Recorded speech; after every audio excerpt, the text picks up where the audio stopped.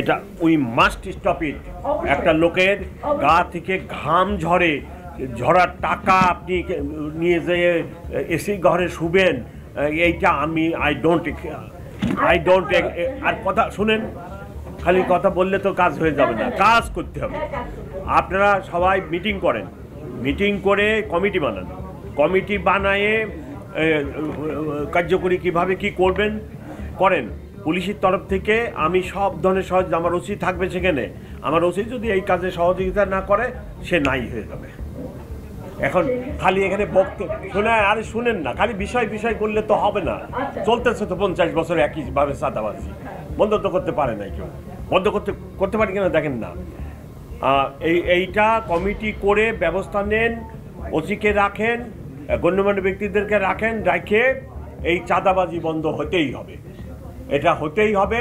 আপনারা মিটিং করবেন, আপনারাও আগে একটা কেন্দ্রীয় কমিটি করে মিটিং করেন, মিটিং করে সমস্ত লোকালে আবার লোকাল কমিটি করেন, লোকাল কমিটি করে কেন্দ্রের কমিটি থেকে লোকাল কমিটিকে গাইড করেন যে এই লোক নিয়ে আমরা করলাম, কমিটি করব, ওসি পুলিশ থাকবে সেখানে থাকে।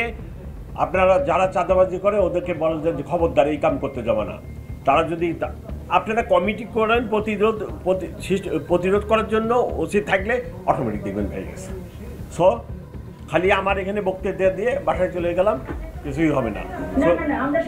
এইটা আমি করেন কি না করেন সেটা বলতেছি, এই কাজটা আপনারা এইভাবে আগায় নেন। এইটা হচ্ছে লোকাল সিন্ডিকেট, যেটা আপনি কিছুক্ষণ আগে বললেন যে পুলিশ, লোকাল দলীয় মাস্তান, দলীয় লোকজন মিলে একটা সিন্ডিকেট করে। এই সিন্ডিকেট, আপনার যে উৎসাহের কথাটা শুনলাম, আপনি যে ধরনের কমিটমেন্টের কথা বললেন, এইটা আমরা কিন্তু এখানে ভাইয়েরা যারা আছেন, আমরা যদি সিরিয়াসলি উদ্যোগ নেই, সেটা কিন্তু আমরা বন্ধ করে দিতে পারবো কার্ড ব্যবসাটা। আর আরেকটা আমি আপনার ওই শব্দটা আমি বুঝি না, আপনি চাঁদাবাজি এই কথা একটু আপনাকে সাপ্লিমেন্ট করি। কার্ড ব্যবসা মানে হচ্ছে যে কামরাঙ্গীরচর, শুধু উদাহরণ দিই কামরাঙ্গীরচরে, ওইখানে প্রতি মাসে প্রতিটা রিক্সার পিছনে একটা করে টোকেন দিত, কখনো বাঘ মার্কা, কখনো হরিণ মার্কা, কখনো ওইটার বিনিময়ে 3000 টাকা করে হলো এক একটা রিক্সার, বছরে 36,000 টাকা একজন রিক্সাওয়ালাকে